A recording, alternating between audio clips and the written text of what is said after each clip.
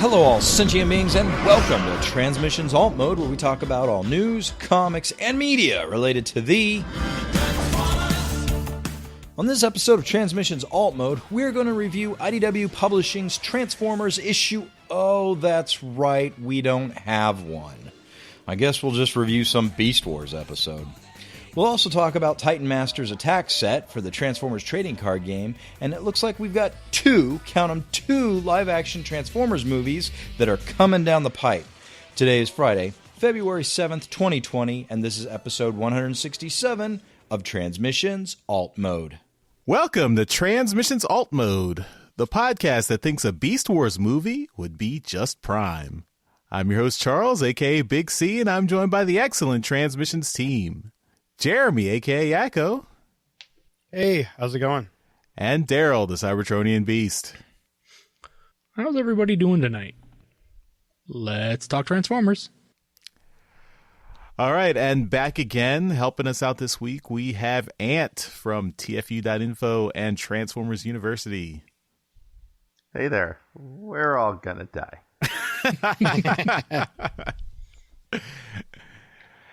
Ant was gracious enough to join us this week, hosting Transmissions and Transmissions Alt Mode. So thanks for hanging out and lending us your Transformers expertise. Always happy to be here. I was going to say, you've now been on more shows than Yoshi in 2020. That is true. That might be a New Year's goal. I don't think it'll be hard to outpace him. Come on, Yoshi, prove him wrong. Prove him wrong. Be on the show that you helped found. I mean, at least you guys to do is get Russian, Yoshi. Well, no. what? Did No. somebody say my name? I'm Ant, here to why? help you. Why, Ant? Why? We got any donatrions here tonight? I'm here to collect money. You asked for this, Ant. I'm not laughing so much at the Russian accent as much as I'm laughing at your reaction to the Russian accent. God damn it, Yoshi. Anyway, we do thank our Donatrions for continuing to support the show. Yeah, you do. We start every episode by thanking them. Of course, Ant is also a Donatrion, so a special thanks to Ant for being here as well. I know how you thank him. Okay. Right, I was taking a drink of water.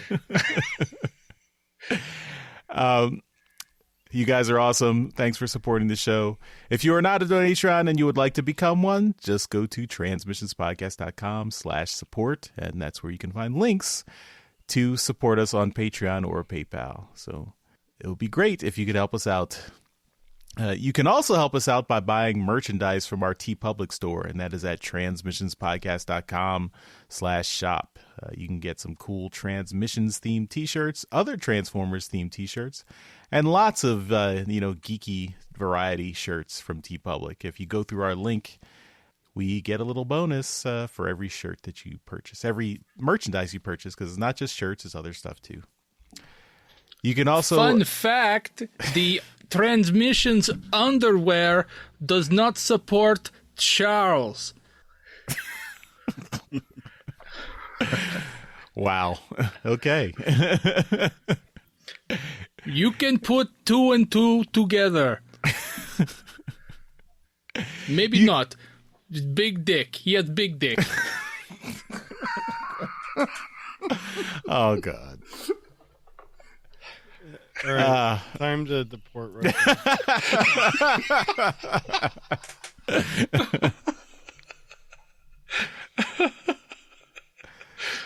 Sorry, K-Girl. He stepped over my promo for you as well, but I was going to say you can also visit K-Girl's store, because she's an awesome artist and has lots of cool designs to purchase at her store. That's at teepublic.com/user/superstark. Please I forgive. think from this one episode that Russian Yoshi might have had more airtime than actual Yoshi at this point in 2020. Also true. This is very true. So one of the perks of being a Transmissions Donatron is automatically being entered in our Toy Hacks monthly drawing for getting a $10 gift code where you can get some cool sticker label sheets from Toy Hacks. And our winner for this month, or for last month, I should say, January, was a friend of the show, Rick Kappa, who has been a longtime Transmissions listener and Donatron. So congratulations, Rick. And you can see how your donation benefits you. So congratulations, and we hope everyone will continue to support the show. All right, let's get into the alt mode news and talk about some comics news. All right, first up, we've got some teaser art from the upcoming Transformers Galaxies #4 that is at this point about 2 months late, going on 3 months, but supposed to be coming February 19th. So just a couple more weeks and we'll get the conclusion to Transformers Galaxy's first arc, the Constructicons arc. But on Twitter, Tyler Blazinski... We need to have Comics Watch 2020.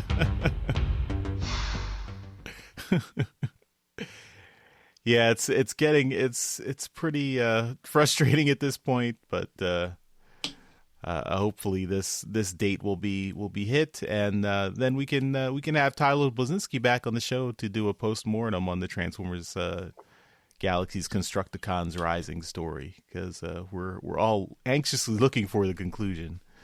But yeah, Tyler released some of Livio Miramondelli's artwork on Twitter just to give it a little teaser. It's not a lot, but there is the promise of some significant action and, Devastator rampage in this final issue. So we're looking forward to that. I gotta say, Tyler's doing a really good job of keeping you, reminded that this is coming. Because he's gotta be kind of pissed that this keeps getting delayed. Yeah, because you can go back through his Twitter history and just see all the times he's reminded you, saying, hey, check out Galaxies #4. It'll be out such and such a date. Oh, it's been pushed back. It'll be out. Oh, it's coming today. This Wednesday. It'll be out. Oh, it's been pushed back again. It's just constant pushbacks for this last issue for him. And he's doing a really good job of keeping everyone kind of interested. And yeah, it's I feel for the guy. Mm-hmm. Yeah. Yeah. At this rate, he'll probably tease the entire issue before it comes out. And another bit of news that was revealed on Twitter from Sarah Peter Durocher. So, and this was a bit of a surprise. So we knew that she was doing artwork on the Transformers Valentine's Day special, which I really hope comes out sometime in February, maybe. That's not a guarantee, but she tweeted out the artwork for the cover that she's doing, and just in a reply to her own tweet, she just mentioned, "Oh, I also wrote it and colored it." So this was a bit of a surprise because when this issue was solicited, it was being listed as being written by Kate Leth and Cohen Edenfield and Patrick Ellers. So I don't know what's happened in the background, but apparently Ellers is still on the title. Yeah. Do you think there's a chance that this is a culmination of a bunch of different stories and Sarah's got one in this? Yeah, I think there's going to be multiple stories in here. Mm-hmm. That, I saw here Ellers and Lawrence probably have a story in them. I don't know, Bertram and then Sarah. Mm-hmm. So she wrote in color and drew hers. Then maybe there's 3 stories in there. I don't know. Yeah. But this just proves there is nothing that she cannot do. So this makes me I'm really looking forward to this now. Although I am curious as to what happened to Kate Leth and Cohen Edenfield, because that's a husband and wife team who were supposedly writing a Transformer story. So maybe I don't know if they had some kind of schedule issue and couldn't do it, or I don't know if there was some kind of friction in the background. But aren't they doing a Galaxies story together? I feel like they're doing the Cliff Jumper story. I think the Cliff Jumper story is being drawn by Alex Milne. I don't think it's Kate Leth and Cohen Edenfield though doing the Weren't writing. they doing? I think you're right about them doing a Galaxy story, but I thought that they might have been doing the one about Green Light and Green Light RC. Yeah, that one. Maybe. Yeah, that sound. Let's see. Just digging through Kate Leth and Sam Maggs. Maybe. Okay. Oh no, Kate Leth and yeah, they were supposed to do Galaxies 5 and 6 together. Oh. Which is RC and Green Light. You are correct. 5 and 6. 5 and 6 Yeah. is Cliff Jumper. I mean, I'm going off an article from San Diego Comic-Con. It could be, Oh, okay. in the wrong order or pushed back, but they were supposed to do Yeah. together the RC and Green Light story. Okay. Yeah, so something's happened in the background where things have gotten shifted around, but I I mean, think I'm not that, surprised. How far back are we on releases? So Yeah, but I mean, the upshot is we get some writing from Sarah Peter Durocher, which is the first. I think this is the first time we've gotten some writing from her, so I'm looking forward to that. Mm-hmm. So.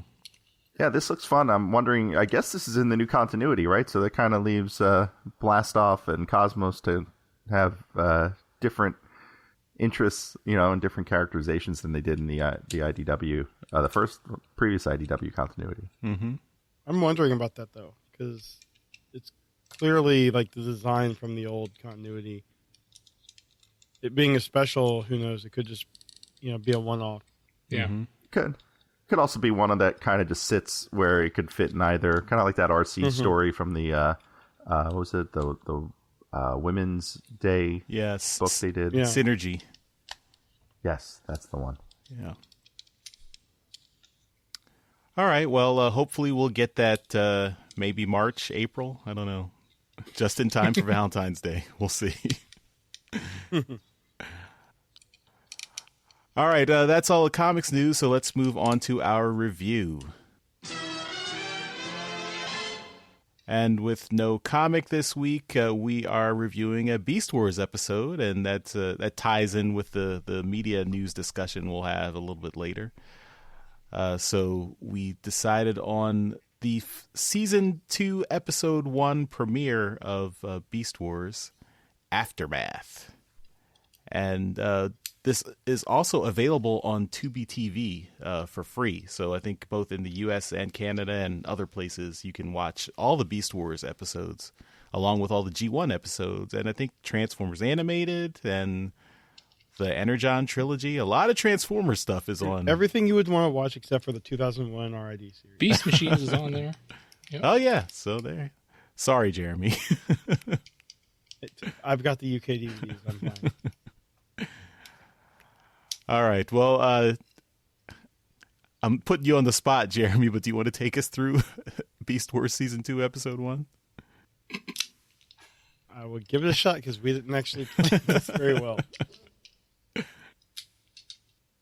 All right. Beast Wars Season 1 ended, if you've never seen it, with a giant explosion. The Vok kind of moon, which was...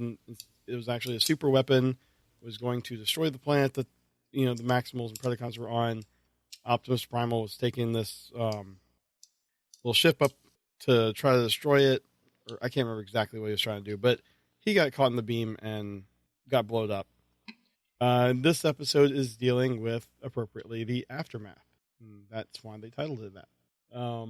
So as everyone's recovering, I think they said it's a quantum surge hits the planet, and it just kind of completely stupidly kills Pterosaur because no one liked Pterosaur.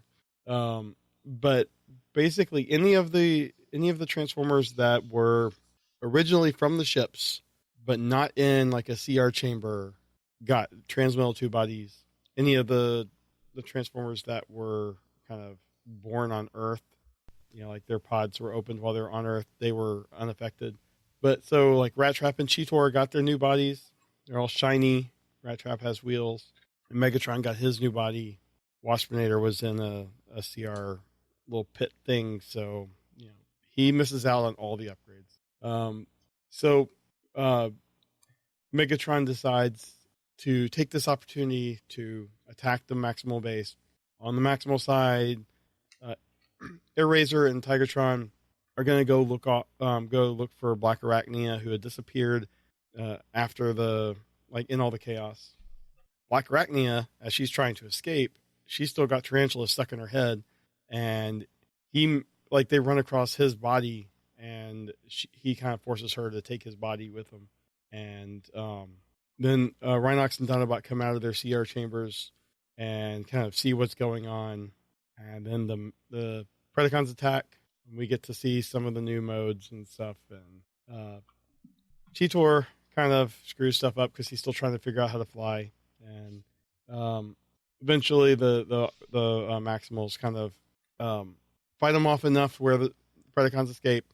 And then we see at the very end, 2 stasis pods are shown that are they're malfunctioning, and you see a hand go up out of one. And then that's the teaser for the next episode, which introduces the fusers. So that's kind of my rough summary of the episode. It's been a while since I've watched this episode. When I go back to watch Beast Wars, it's usually kind of like the later season 2, early season 3 arcs. But this was really good. I always forget just how good the writing is. It hits some good humor points. The 3D really doesn't hold up. The animation is just. I wish that that they could find, they could re-render this. But I enjoyed watching it. I wanted to now watch a lot more Beast Wars. What were your guys' thoughts on the episode? Daryl, you're the huge Beast Wars fan watching it. I mean, we've talked about it a lot. The animation, like you said, it doesn't hold up. And as I was watching through the episode, I couldn't get past how goofy it looked. So it was difficult for me to kind of get into the story. The idea that Optimal Optimus, whatever, had died. That was just regular Optimus. Oh, sorry. He's, whatever. The fact that the idea that he had died, I mean, this was, ideally the second generation of Transformers, right? G2 had happened, but there really wasn't any new cartoon for that. So, they already had a history of killing Prime. So, so any kind of fan would know that this is not a for sure or thing. It's like it's he's coming back. But the battle that they had with the Predacons was kind of fun. I mean, it's a fairly standard Transformers battle. This was the first appearance of TransMetal Megatron, which was my favorite Beast Wars toy of all time, and B, probably the crappiest Beast Wars toy of all time.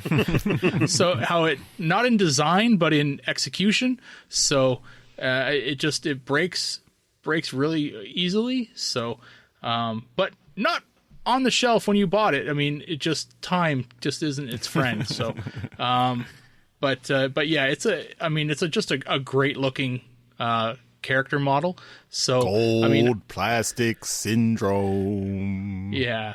But I could look at the at that version of Megatron, a lot more. So I might consider doing more of these, if we do season 2 stuff, because season 2 Megatron is just he's just awesome looking.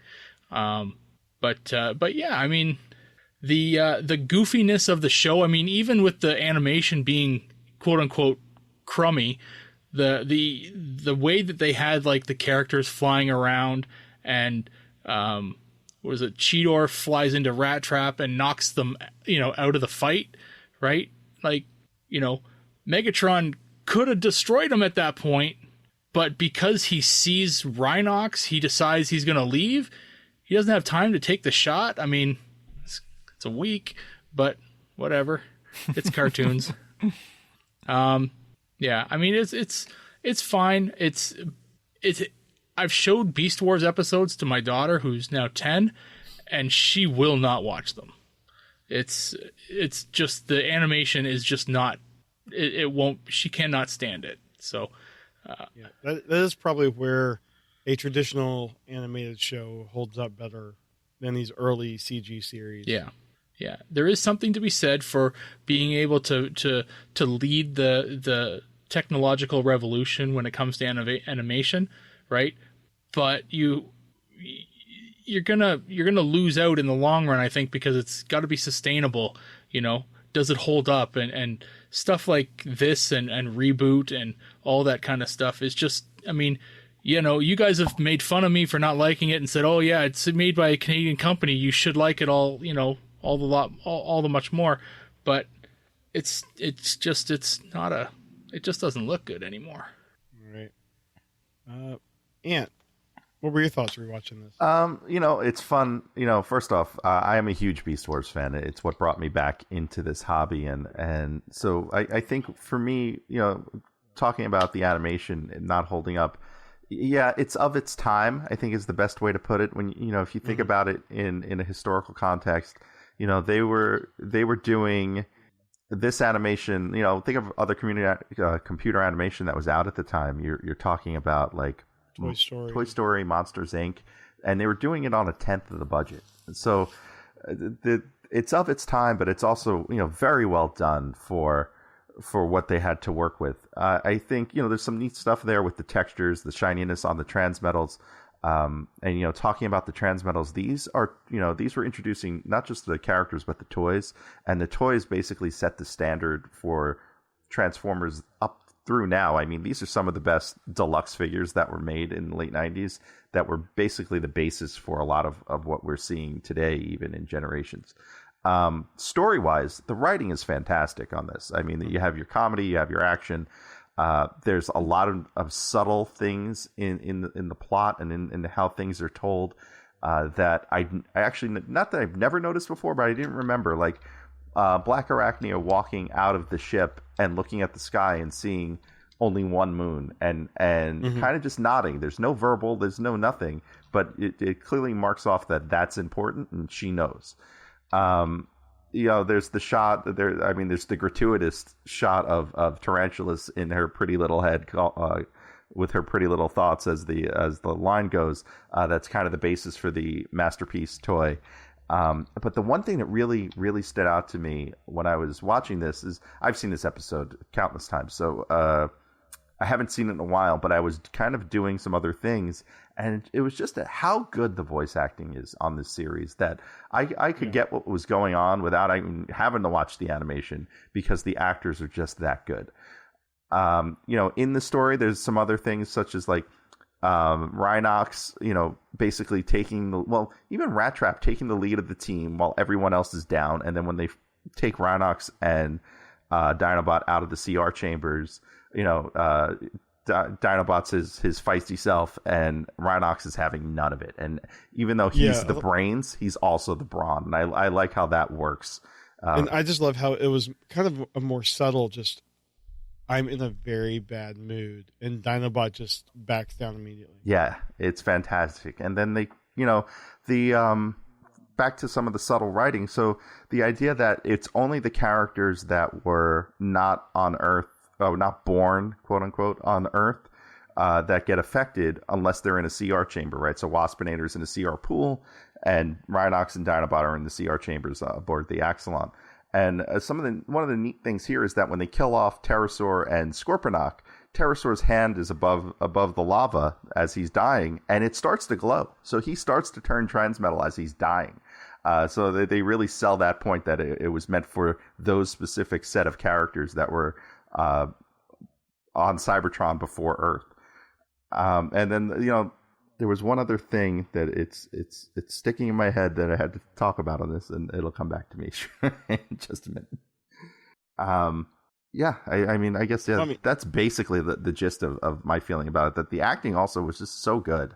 David Kaye as Megatron is just amazing, and watching and watching Scott McNeil as both Dinobot and Rat Trap argue with himself, and that Rat Trap is my Rat Trap character model. Like, if they were ever to make a masterpiece, it would be this one, because damn it, the wheels are not on the shoulder and the shoulders in the toy mode model, and I would want to see that in a new version of Rat Trap. Mm-hmm. And this is where I keep saying I wish they would just, like, someone would re-render the show, keep the voice acting and sound effects and everything, and just upgrade the visuals. Oh, there it is. You reminded me about the sound effects. That was the last thing I wanted to talk about. Something I never noticed before on this show. Waspinator has different wing sounds in robot mode than he does in his Wasp mode. So there's a scene where he's fighting Cheetor and he transforms, and the sound of his wings actually changes from one mode to the other. That's cool. That's really subtle. All right. Charles, what were your thoughts? Yeah, this was fun to revisit. It made me want to go back and watch the Other Voices 2-parter, and then watch Coming of the Fusors afterwards. Because the thing I liked about Beast Wars Season 2 was how it was fewer episodes, but I think they had tighter story arcs. Like, Season 1 was 26 episodes, but it was a lot of one-offs and standalone episodes. They had a through line with the Vox storyline, but that was spread out throughout the season. And then in Season 2, it was much more shorter story arcs, but one leading into the other, and then ending with the agenda and the whole very tight G1 tie-in at the end of the season. So this starts that here in Aftermath, and I liked. Everything you guys mentioned already. I mean, just the new TransMetal models, I think were really well done. It's Daryl, you mentioned about how they kill off Optimus Primal, and of course we know he's coming back. And they lampshade that a bit in the previous episode, in the Other Voices episode, because when Megatron is gloating to Optimus when he's about to be destroyed, he says, "Oh, you Optimuses always like to sacrifice yourselves." So that's not in this episode, but I thought that was a nice callback. They do kill off 2 Predacons here, and they never come back. So they really legit killed off Scorponok and Pterosaur, and they're not returning, and they're just dead, and they're not even really lamented. Like, none of the other Predacons even care. Like, notice that they're gone. So. Other than Megatron is like, well, I'm down a couple of troops now. That's the only thing he cares about. So it's rare that you get final Transformer deaths on a Transformer show. So but it's clearly making room for some of the fusers that are going to be joining. Yeah, sure. I mean, it's always. I mean, of course, in the background, as you mentioned, it's the budgetary concerns. You've only got enough money to animate enough, certain number of characters, and you've created a bunch of new models with the TransMetal guys and the Fusors, so you've got to make space for them. Like we also see later in the season that. Tigatron and Airraiser kind of go off into the sunset, and they're not around for a lot of time, because that's 2 extra character models you can save money not animating. So, and with that in mind, this show through its from here on out really is not afraid to kill a character and leave them gone. Yeah. And with Optimus, they actually do hold him out until I think episode 3. Yeah. So, nowadays, I'm thinking like in the Flash TV show, he did the Flashpoint, which I was expecting to be a multi-episode arc, and it was just a single episode, and it was like the huge missed opportunity. And they were able to just kind of hold him back, kind of introduce all these new concepts before bringing Optimus back. Mm-hmm. That was really cool.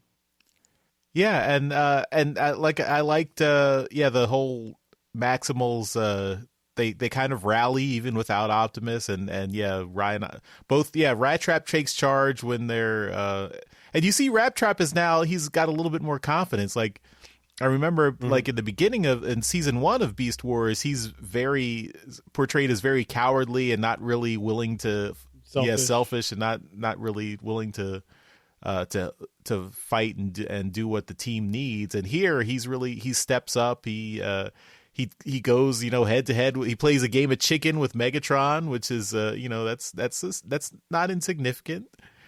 And then Rhinox, he's no nonsense. He's not into. I mean, this reminds me of there was a Beast Wars episode in season 1 where they do. The Maximals do argue about chain of command because Optimus is incapacitated, and that's when Dinobot and Rat Trap are arguing over who should lead, and Rhinox kind of stays out of it. But here he's like, "No, we're in trouble, and we just need to do what we need to do. We can't argue about this." So yeah, it's really good character development, and good writing, great voice acting.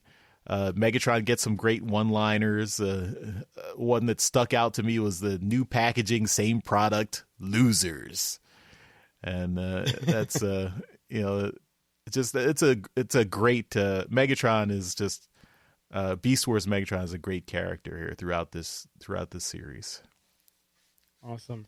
And, go ahead. Oh, and Charles, going back to what you said about season 2, one thing I've kind of maintained as an opinion of mine is that the final 5 episodes of season 2 of Beast Wars may be the 5 best 5 episode story arc in Transformers history, and I don't think that one has been matched since.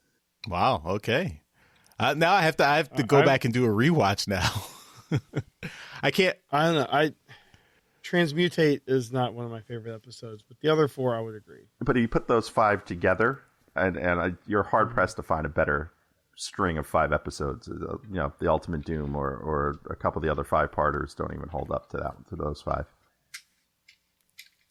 I'm withholding judgment. I don't know if I can certify that opinion, Ant, but I will respect your opinion there. I think these are some of the best Transformers fiction, and the agenda for me. The agenda is really something that was a high point for me, and I was in college at the time, and like all my friends who were not into Transformers as much as I was able to get them back into watching Beast Wars with the agenda, and having Ravage come, and I recorded the episodes off of my cable TV and then played them, and with all my friends in the college dorm, and people were actually excited about Transformers again. So yeah, it's definitely a high point.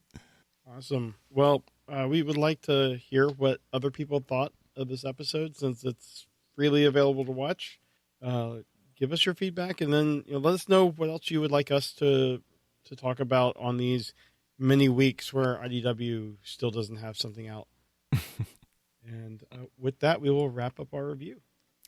All right, and we will move on to Transformers media news. All right, in media news this week, we've got a Japanese Duel Masters Black Box Pack Starscream robot mode card, and this is it's a trading card game card, I guess, for Duel Masters. I don't know. Is this Yu-Gi-Oh? I believe so. Yeah, but it's all set up like the TCG. So, but yeah, no, they look really cool. I'm not entirely sure as to what game they're for, but yeah, the art's really cool. Both modes, you get the robot mode on one side, and the alt mode is the Siege Tetrajet mode. So it looks really cool. Yeah, it's really neat, and it's entirely in Japanese. So, I remember back when I played Magic, every now and then you'd see somebody with a whole bunch of Japanese cards, and you'd have to say, "What does that card say?" They say, "Oh, well, this card says this," and I'd be like, "Give me something that says it in English, please." Yeah, well, these days you can just point Google Translate at it. Yeah. Next up, we've got some more trading card game news. The Titan Masters Attack set is available for pre-order on Amazon. This is going to be a 30 booster packs, so 240 cards, one Fortress Maximus Titan pack, that's of 3 cards, and you're going to get a Titan Master characters, mix and match heads and bodies to customize Titan Masters to fit your playstyle, a bunch of wreckers, stratagem cards. It's a completely new card type that lets players customize characters on their team, and Fortress Maximus. Every sealed Titan Master attack booster display includes a Fortress Maximus Titan pack. I don't know about you, Ant. We haven't chatted about it before, but there's the Transformers TCG is like just growing by leaps and bounds, and it's gaining popularity like crazy. Have you tried it? I've tried it, yes. Hasbro was kind enough to send me the Metroplex set and the first booster, and I tried it, but like I've tried it basically just playing against myself to figure out the rules, and not that it was confusing for me, but it felt like I needed to play against actual other people to really understand it better. That said, it's fun, and if it gets more people into the fandom and it gets more people, talking about Transformers and learning about the characters, then I am certainly all for it. I think I am shocked at how popular it really is. I think that's the thing to me that, usually something like this, something that's branded and is a TCG, usually falls by the wayside as just being somebody trying to cash in. And this has been super successful, and it's kind of amazing just to watch this thing grow to where it's been. Yeah, no, it's definitely popular. I know that they run tournaments now at TFCon, so if you want to get some actual playtime with real human beings, bring some cards, and I know that some people will be there to help you, play some games with you. So that'd be kind of fun.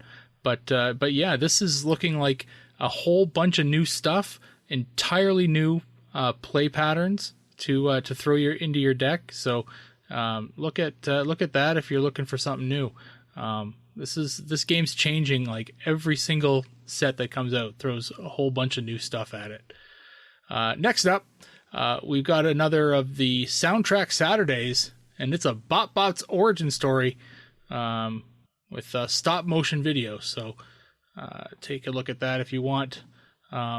It's a what is it called? The song is called Musical Mall Madness. So there's a video here and a song that goes along with it. Next up, we've got an interesting thing here. You all remember the Cybertronic Spree? They're that Toronto-based band that likes to dress up in Transformers cosplay and go around playing awesome songs from the '86 movie and other songs that are really cool.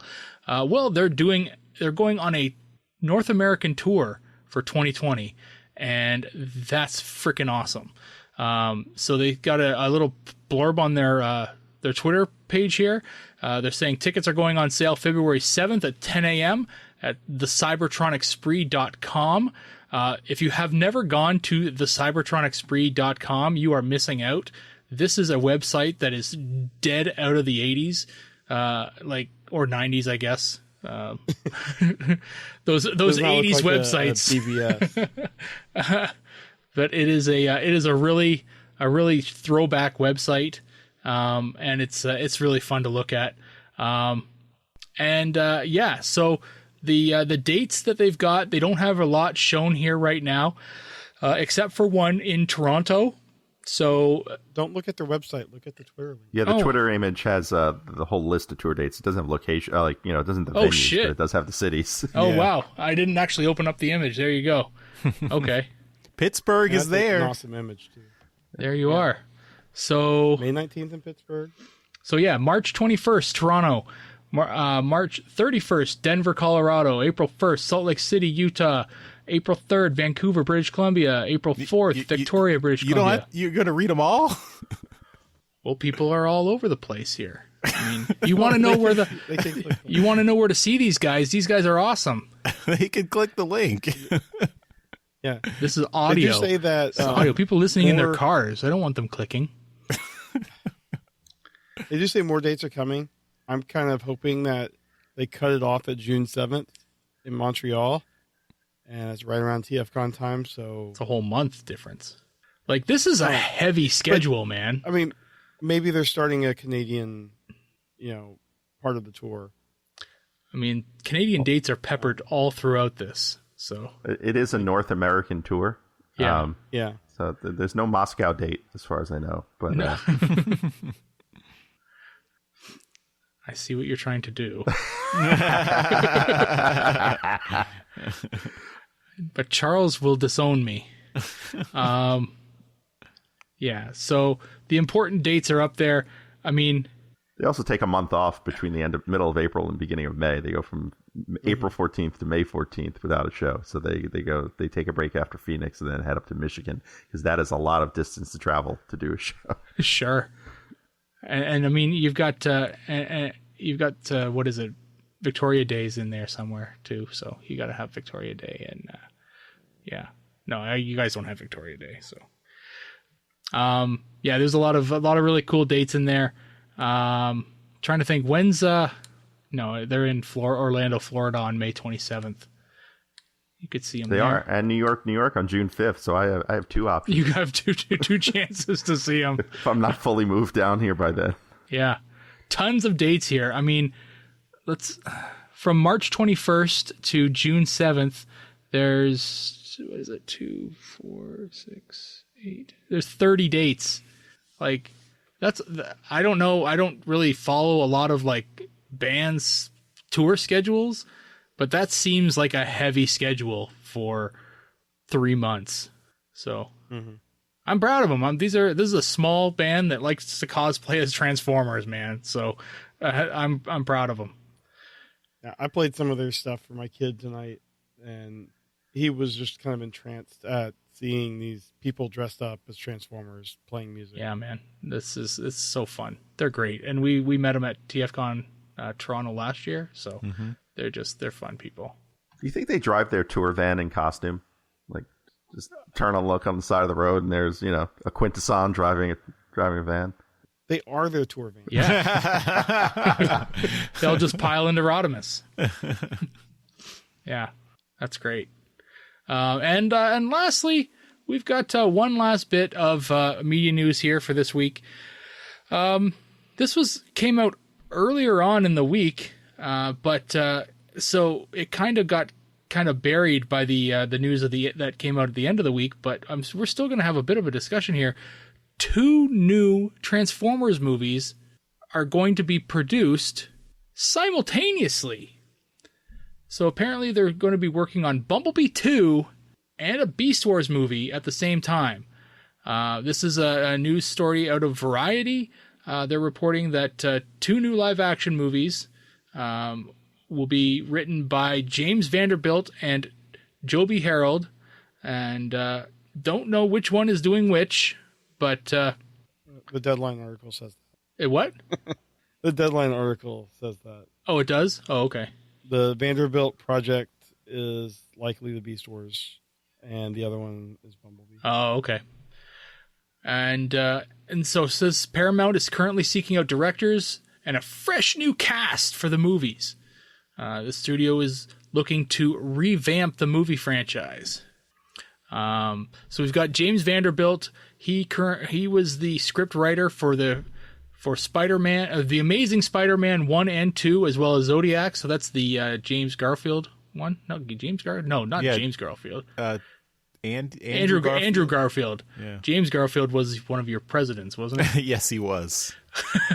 For about a month, yeah. He died in 30 days. Hey, there you go. Or was that William Henry Harrison? I don't remember. It's from that Simpsons episode. And Joby Harold is best known for his work on King Arthur, Legend of the Sword. That was a colossal failure, I think. But he's currently working on the script for DC's new DC Universe's The Flash. So, is this a movie? Are they doing a movie, Flash not the TV show. movie? Yes. Oh. It's been in development hell for a while, but hopefully with recent hits like Aquaman and stuff, I don't know, I'm hoping they're getting on track. And Ezra Miller just showed up on TV somehow. Speaking of development hell, I think, something worth noting here is that the TFW article kind of misrepresents what the Variety story is. So these aren't being produced. So there's no production going on, right? So there's nobody, putting down lights and cameras and actually putting something to film. These are in development. So these are just in the script phase, in the writing phase, in the kind of world building phase. Mm-hmm. So these could change drastically over time. Oh yeah, no, we remember back when what was it? I can't remember. It must have been Paramount or whatnot. Brought in 45 writers. The Akiva Goldsman writers. With Kirkman and the the writer of Iron Man 2 or something like that as well, and just said, look, we're gonna write out a bunch of movies here, and they're gonna be it was a mess. So. Yeah, that's the stage that we're in now. At least it's not 45 writers; it's 2, and they're and we're there's some interesting credits to both of these guys. So Joby Harold was the writer and director of a film called Awake in 2007 that starred Hayden Christensen. So good chance we could see him in a Transformers property. All right. And James Vanderbilt, he was an executive producer on Altered Carbon, which I believe is Netflix, right? Yes, it is, yeah. So I've heard good things about that. His other credits, other than Spider-Man movies, is Independence Day Resurgence, but haven't seen much else well known from him. I'm tugging my collar here.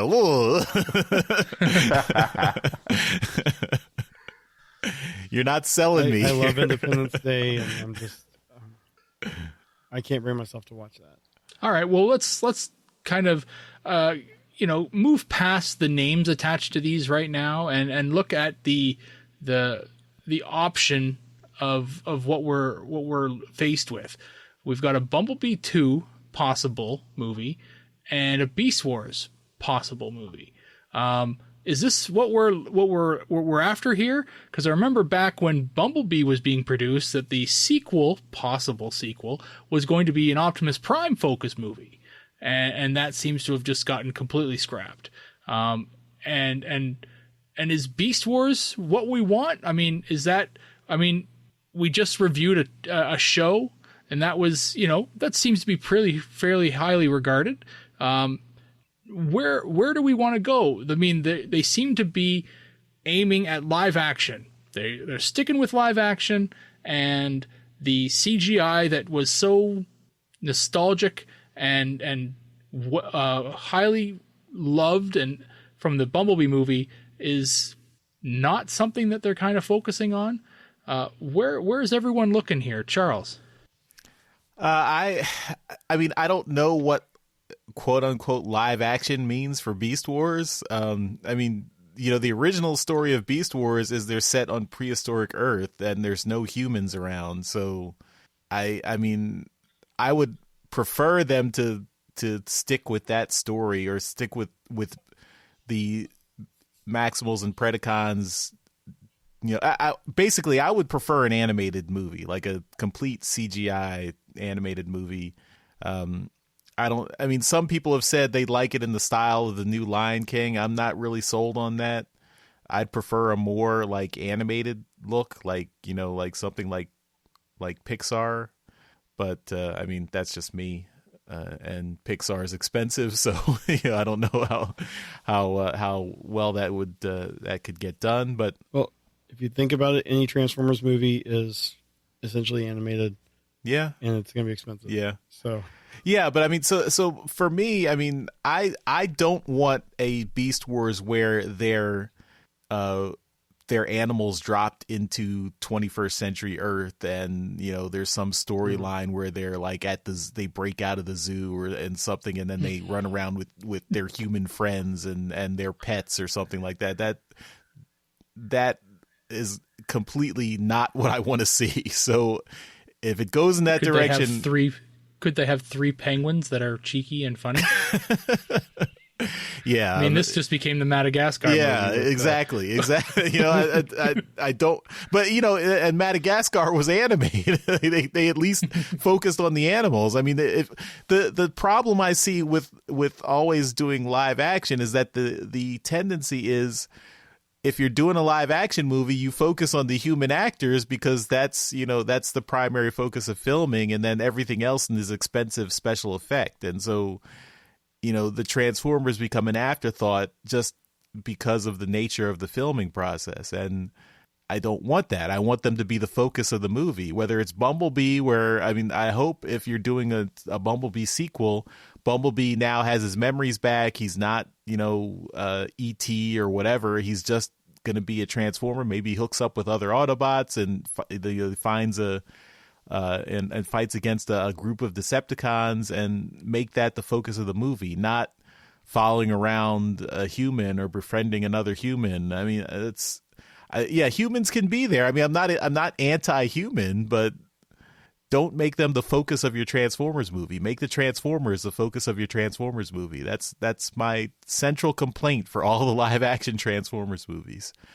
So, that's what I hope happens with either of these projects, and maybe and crossing my fingers if Michael Bay is not involved, maybe we'll get that.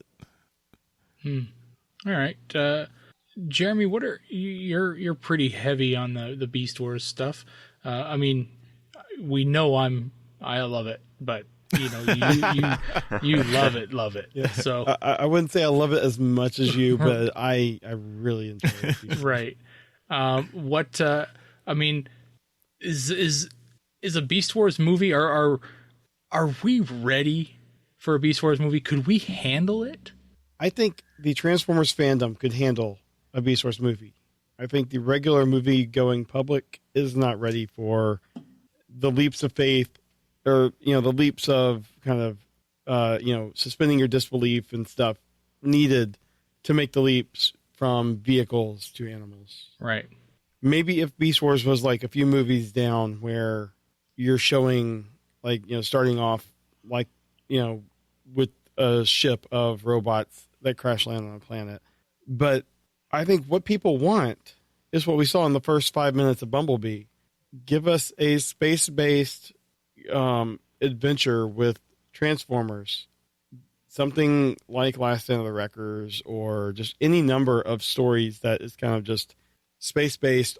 You can make it, it's CGI clearly, but it's not Pixar-y.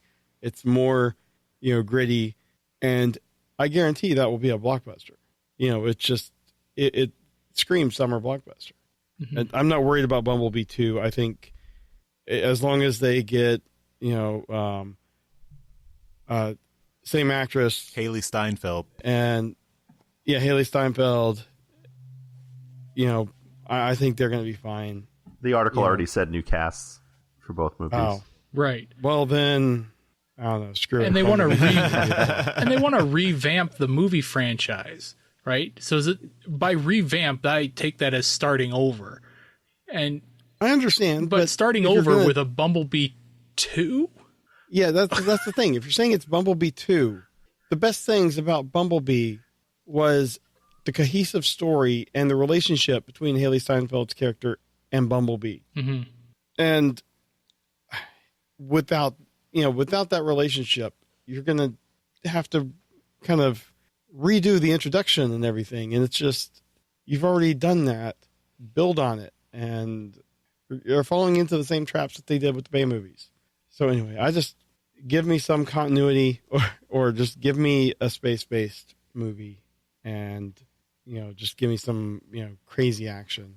Don't give me what we got with 5 Bay movies. And Ant, interested to hear your take on this, as we've never really talked about the movies before.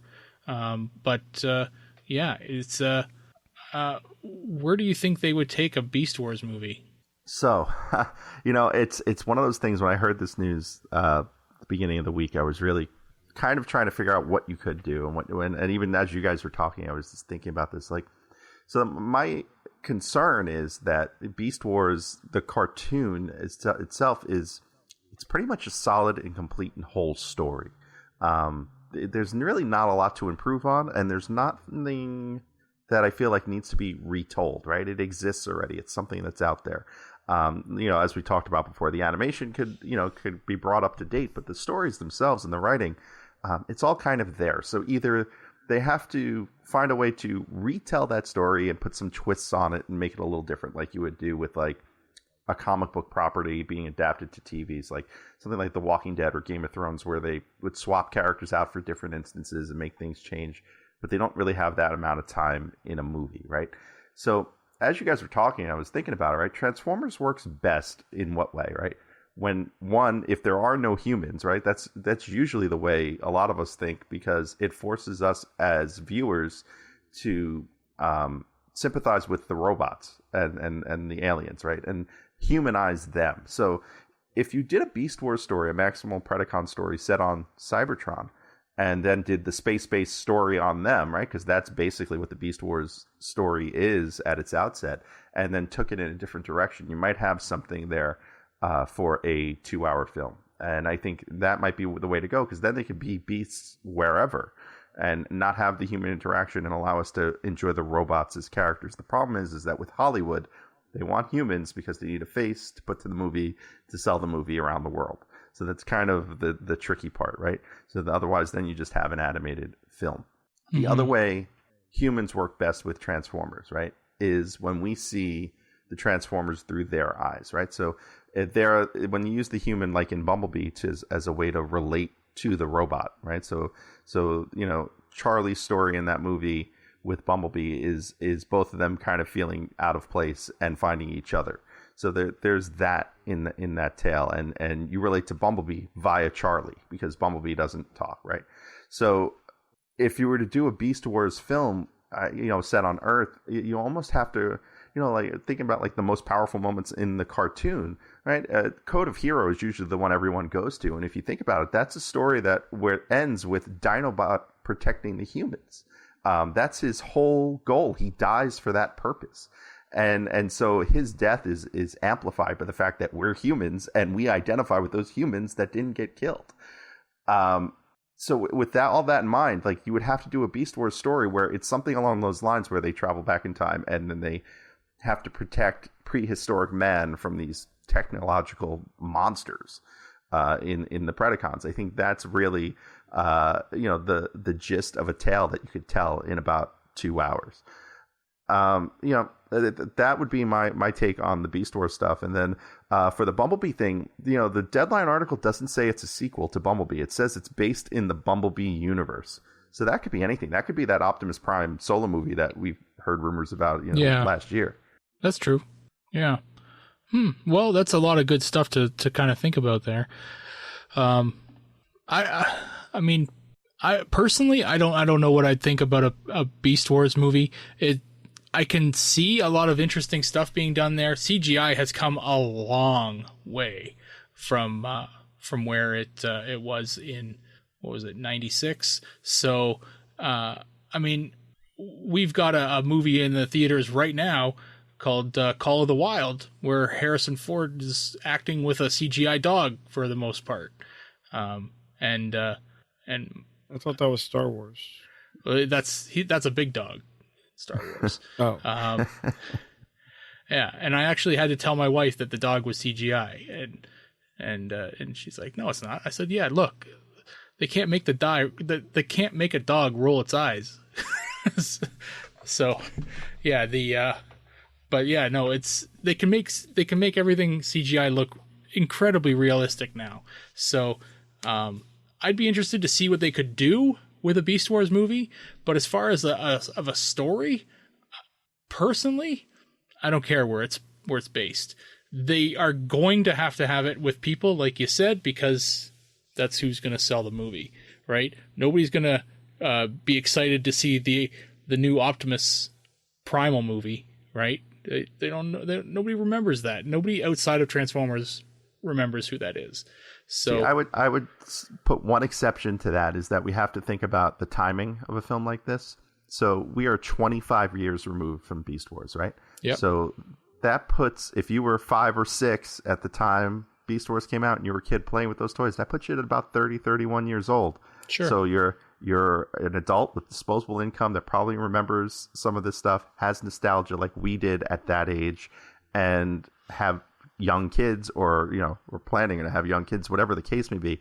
That there's certainly a market there, I think, that they're trying to tap into. Of course. Yeah, no, and I totally get it. It's just one of those things like, that it's I don't know. It's one of those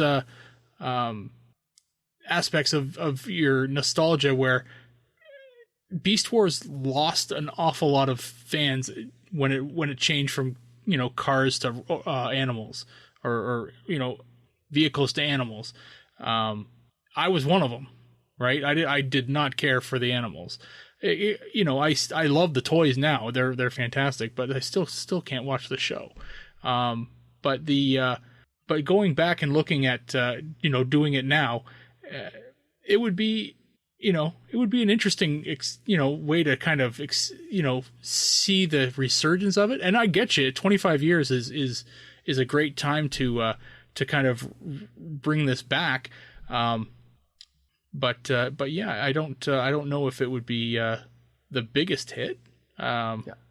I don't know if I agree with you there. Where so if it lost you, but it brought me back. So we we cancel each other out. Sure, so sure. Yeah, I feel like Beast Wars, for what it was, it reinvigorated the franchise. It was the right time, right? So this property came out just as the internet was becoming a thing. People were getting the AOL discs in the mail and becoming part of an online community. The Transformers fan community was built around Beast Wars, and you break it down, that was like when the writers first started putting Easter eggs in, mentioning people's names, doing little things for us, and interacting with us, and creating what would then eventually be this fan movement, which would eventually lead to the Michael Bay films as it was. So if you follow that path, like to say that Beast Wars doesn't have some sort of resonance, I just don't see that. I see that as it may have pushed you away for a time, but even eventually it brought you back in. Well, Beast Wars itself didn't bring me back in, but Transformers, in one way or another, obviously got me back in. But what do you call it? Because it wasn't called Beast Wars here in Canada, right? It was called Beasties. So, what you got a whole country worth of people that most of the fans will know that it was in fact called Beast Wars proper, but Beasties as the cartoon with the title head and everything was the way it was marketed here, right? So it did get marketed differently. I think that can be overcome. In the UK, the Turtles were marketed as Teenage Mutant Hero Turtles, and I don't think these days anyone would not be able to figure out that ninjas can be heroes. Right. And Transformers having a war is not a foreign concept. And in a film, it's easier to get away with that title than in a kid's television show. Yeah. Right. Yeah, I know. I get it. I'm just kind of reminding people of the way things, were back in 96. So, I don't know. It'd be interesting to see how it works out. I don't necessarily think it needs to be prehistoric, right? It doesn't matter to me when and where it happens. But I think it would look okay.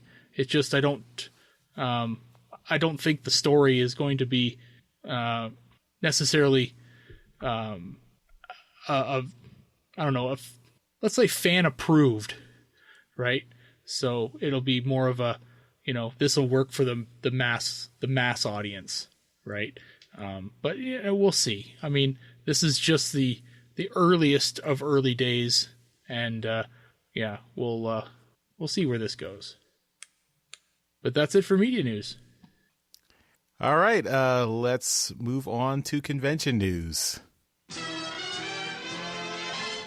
All right, we've only got a couple small things here for convention news, so we'll be moving on pretty quickly. Yeah.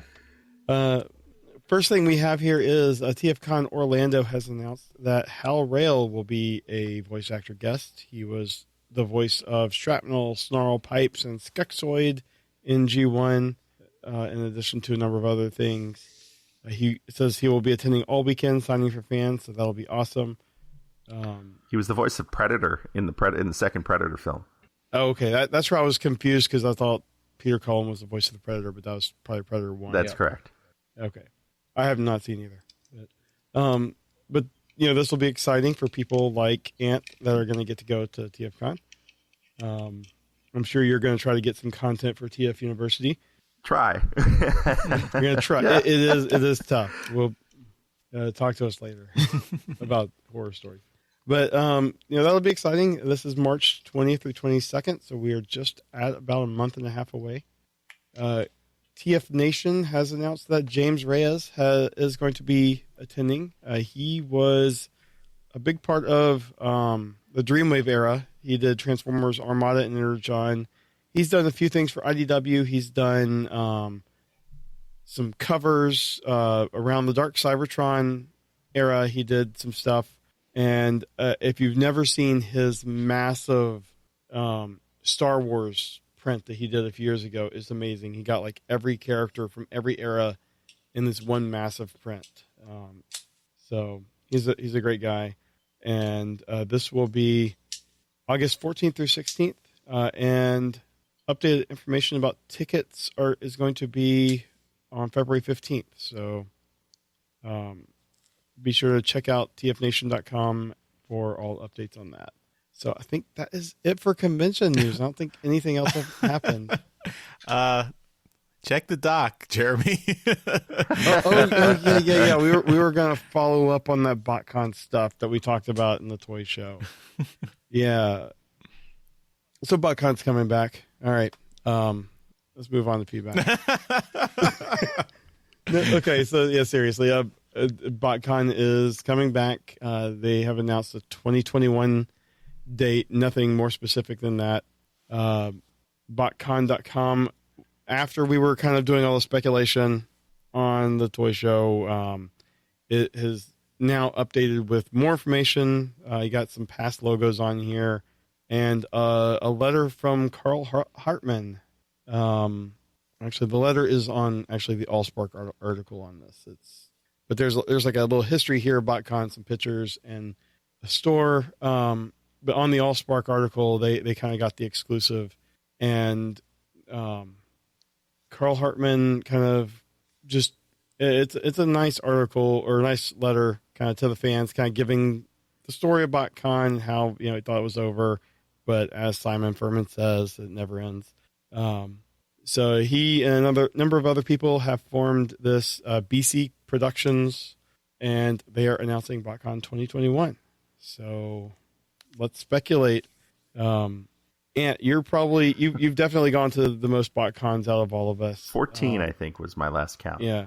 So knowing now that it is going to be something that's happening, what are your thoughts on it? Oh boy, that is a loaded question. It is. I know there is controversy, and we'll probably want to get into that. But just kind of that aside, I think you see Carl Hartman back, and I mean, it's controversy aside, if that piece that we'll get into wasn't there, I was thinking about this this morning before that part of it kind of stuck out as an unofficial convention. I think we covered it pretty well last night. BotCon, this is basically just kind of recycling the name and trying to make it part of something that we remember. It's kind of the nostalgia play that we were just talking about, right? So it's my first BotCon was in '99, and so that's in that 20 to 25 year realm. Yeah, I mean, other than that, it's not official. There's nothing that I've seen that says this is Hasbro endorsed or is going to have any sort of Hasbro presence, right? I get my Hasbro fix from various other conventions, So this, and I get my fan convention fix from other conventions. So unless it's, and you get your exclusive fix from like Hasbro Pulse and whatever, whatever Amazon or Walmart, whoever else is doing something, right? So, this isn't, I don't really necessarily see the need for it. So unless it's nearby, prior to knowing the other stuff that we'll talk about, it was, well, if it's close by, maybe I'll go. And that was my thinking, at least before everything else came out about this. Cool. Daryl. Yeah. With TFCon now doing, it seems, about 3 shows a year, 2 in the US, 1 in Canada, is there room for BotCon? No, that's a good question. I think that there would be. It would have to be a show that kind of it didn't compete with the TF cons and the shit, I just forgot the name. Yeah, your cow show there.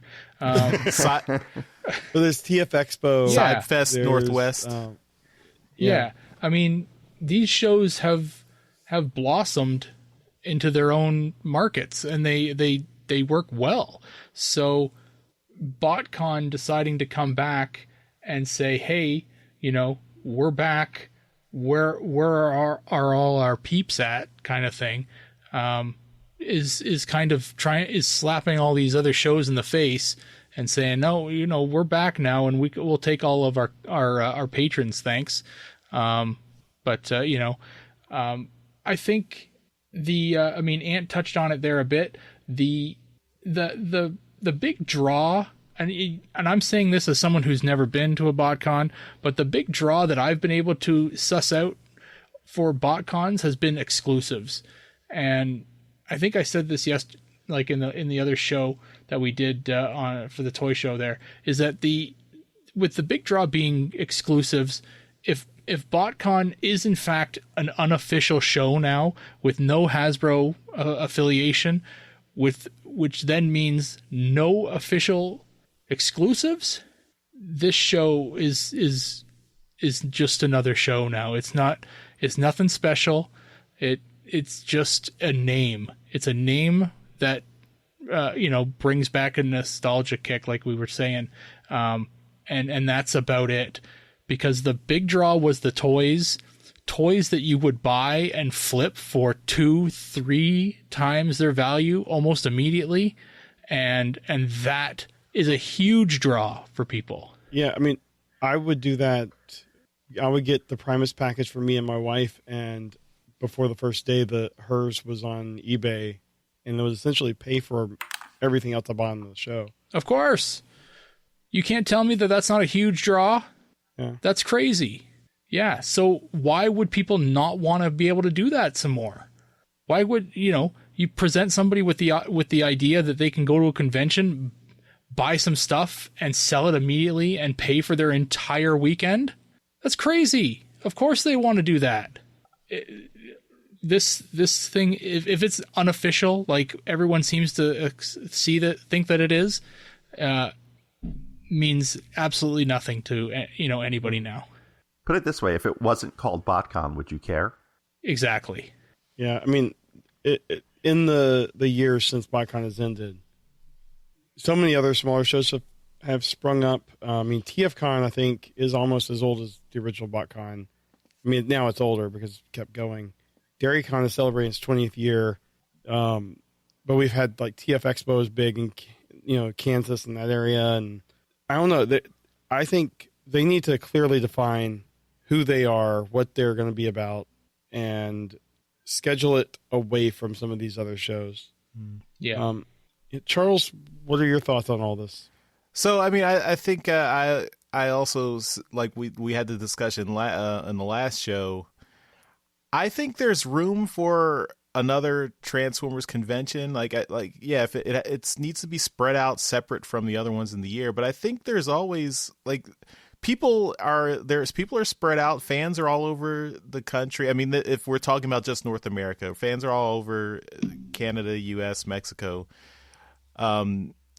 If this show has a location that's somewhat separate from where TFCon has been, where the other local cons like DairyCon, TF Expo, Cybfest, Northwest. If it's in a region where people normally don't get access to a TFCon, or I would say it's like something like the Northeast. I mean, we just had TFCon DC, but like the Northeast or like New England or Pittsburgh. Guessing by the organizers, it's probably going to be in the middle of the country, somewhere in Indiana or Kentucky or somewhere like in that general vicinity. Chicago. Yeah. But I mean, I think it's nice for people who don't normally get out to a convention to have an option. So I think having another option for a Transformers convention that you can go to is a good thing. I don't think this is going to take away from the other conventions. I think there's enough space there, and there are enough fans to support multiple conventions in a year. I mean, it's not as special without Hasbro exclusives, without those toy exclusives. It's kind of quote unquote just another fan run convention.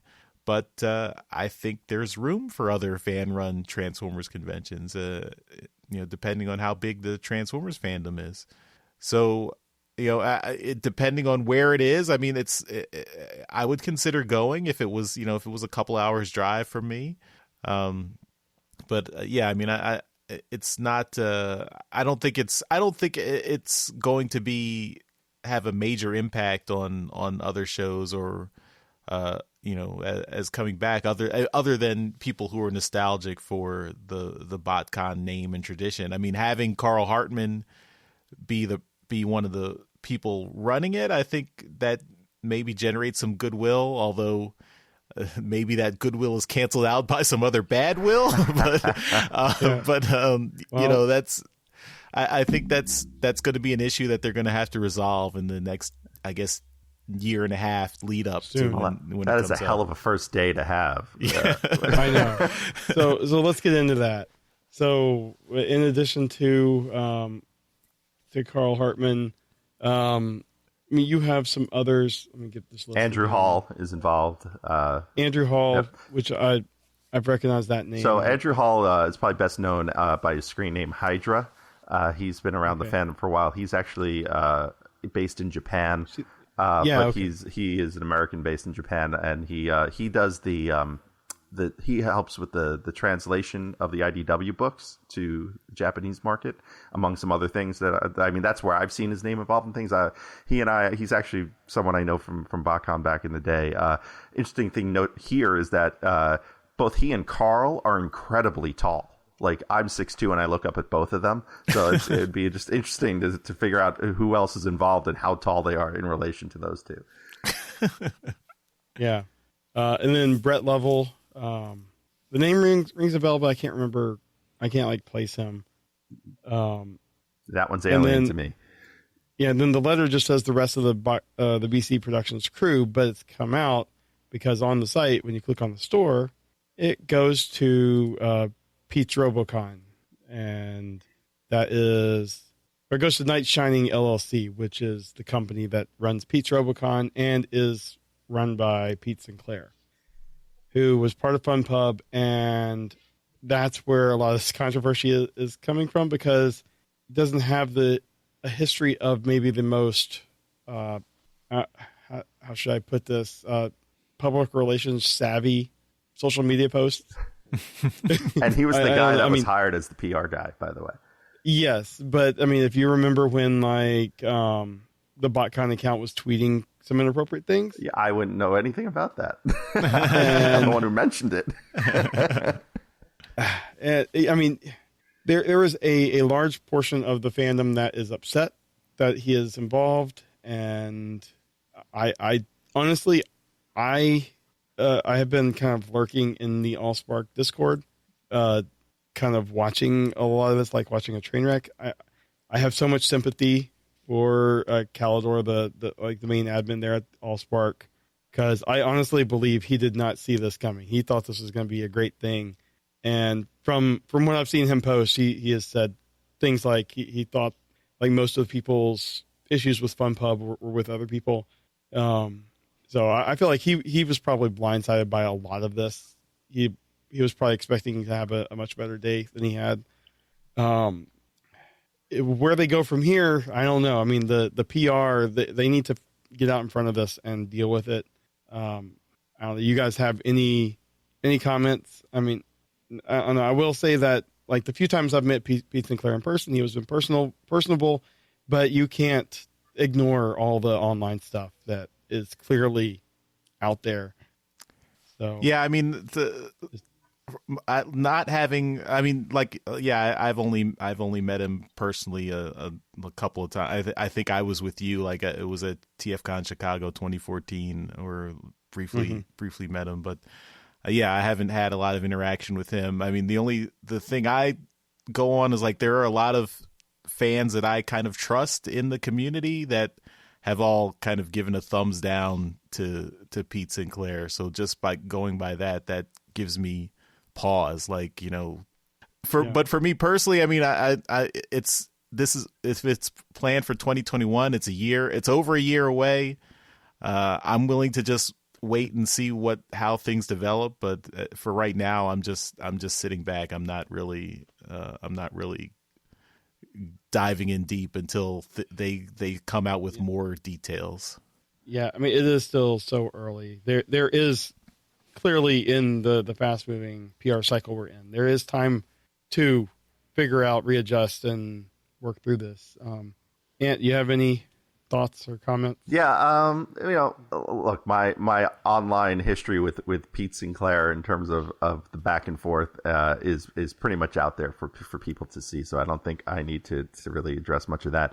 But I will start with a question, and trust me, it leads to something. Do any of you guys remember Woodstock? Right? Not personally. Exactly. We weren't there, right? But we heard all these great things about Woodstock in the 60s, right? And there's all these great nostalgic stories of this halcyon time that was had at Woodstock, the performance by Jimi Hendrix and whatever, like Don't Eat the Brown Acid, they had Free Love, and on all the crazy things that happened at Woodstock. But it's this great memory that has been kind of forged into the consciousness.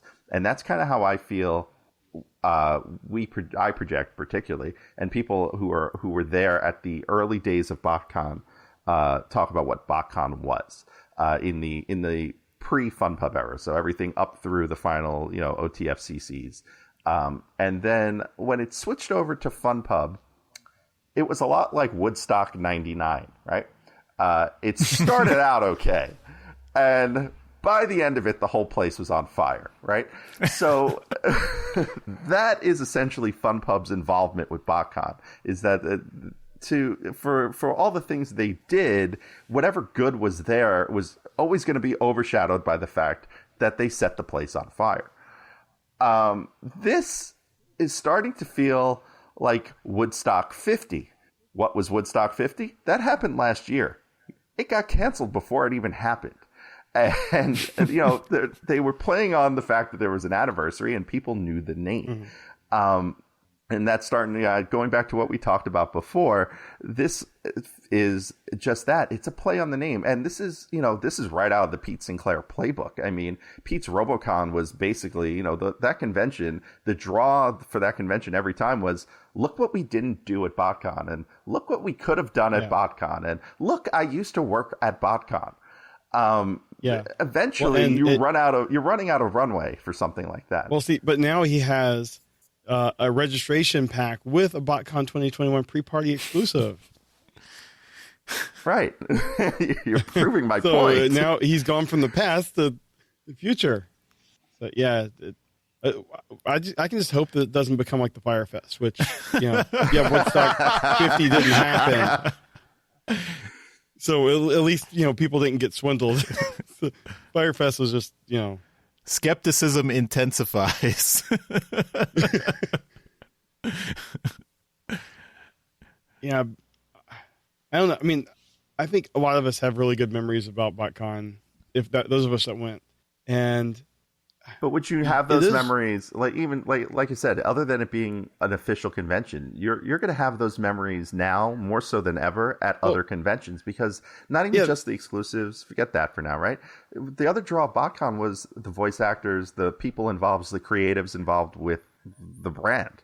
Those people all tour now. They all do things now. There's a convention circuit, of just conventions that do that. Yes, they're not Transformers focused, but there's even Transformers focused conventions at this point. The need isn't there.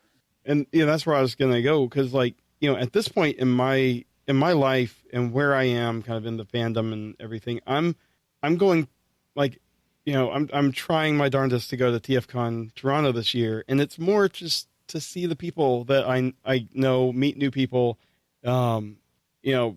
meet people, listen to the podcast, and just it's not really even about the toys or even the guests so much as the other fans that I want to catch up with and stuff. Yeah, and that makes for a much cheaper convention experience. And you can have it at any convention, really. I mean, I'm hoping to go to DairyCon just for a day, just to kind of, see a few people I know locally, and just enjoy the wacky fun that is DairyCon. I mean, at this point, they're gonna have to do a lot to kind of separate themselves out from the bigger conventions, and what makes BotCon different from TFCon. Right now, that's Pete Sinclair. Right. Dope. Yeah, I mean, so I think we've all had issues with every con that we've gone to, but this is a big hurdle that they're going to have to, just from the gate, they're going to have to overcome. So, anyone have any closing thoughts on BotCon? No. All right. Well, I guess we will be following this, in depth, and we will see what happens, if it happens. Yep. Good luck. All right. So that is it for our short convention news segment. All right. Let's finish up the show with a little bit of feedback. All right. We have a voicemail from John Levengood, the one of our awesome donatrions, and let's listen to what he has to say. Hey guys, John 4X11 Good here again. I'm sure by now you guys have already gotten the news that Paramount's shopping the idea around about 2 new Transformers live-action films, one based on the continuation of the Bumblebee movie, and the other based on Beast Wars. And, my thoughts are I'm kind of interested in this, and I want to hear your guys' thoughts on this. But, I mean, other than obviously good acting, good writing, good graphics, things like that, what in a Beast Wars movie would you guys be interested in? Me personally, I would love to see the photorealistic animals akin to the Lion King in one, and obviously, the standard characters, Optimus Primal, Rat Trap, Rhinox, the like. So what are your guys' thoughts on this? Catch you on the next time. Bye. See previous segment. Well, yeah, we answered a lot of that. One thing I didn't mention in the previous segment that I would love to see is, if they follow kind of the basic formula, I would like to see the actual steps of the Golden Disc, and kind of a little bit more before they get the beast modes. Mm-hmm. Yeah, and kind of get into the characters first, and then they get the transformation into this new form. I think that would be fun. Set it up more as a heist type thing at the beginning. Yeah, I think, listening to John's question, the one thing I thought of while that was going on was that what they can do, they would be a little less restrained by location for a film like this, so that they could kind of, with the show and its budget, they couldn't really get out of, where they were, which is basically the jungle and the desert, right?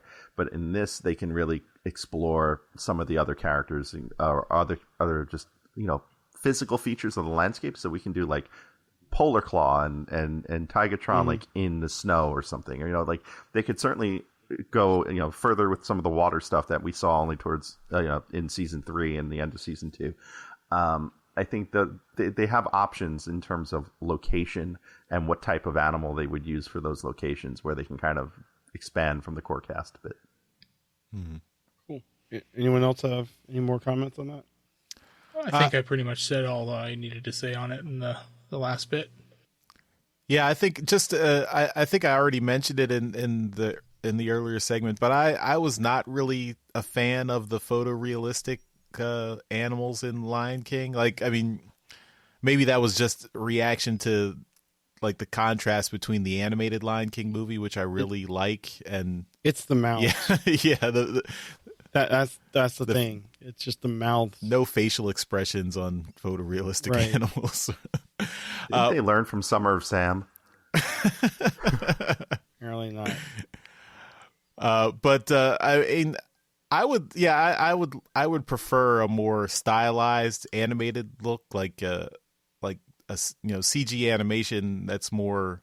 I mean, it could be more in the style of the first 5 minutes of the Bumblebee movie, but with me, maybe I would even, you could have robotic animals instead of the flesh and blood animals. I mean, that's another. Go straight to option. TransMetal.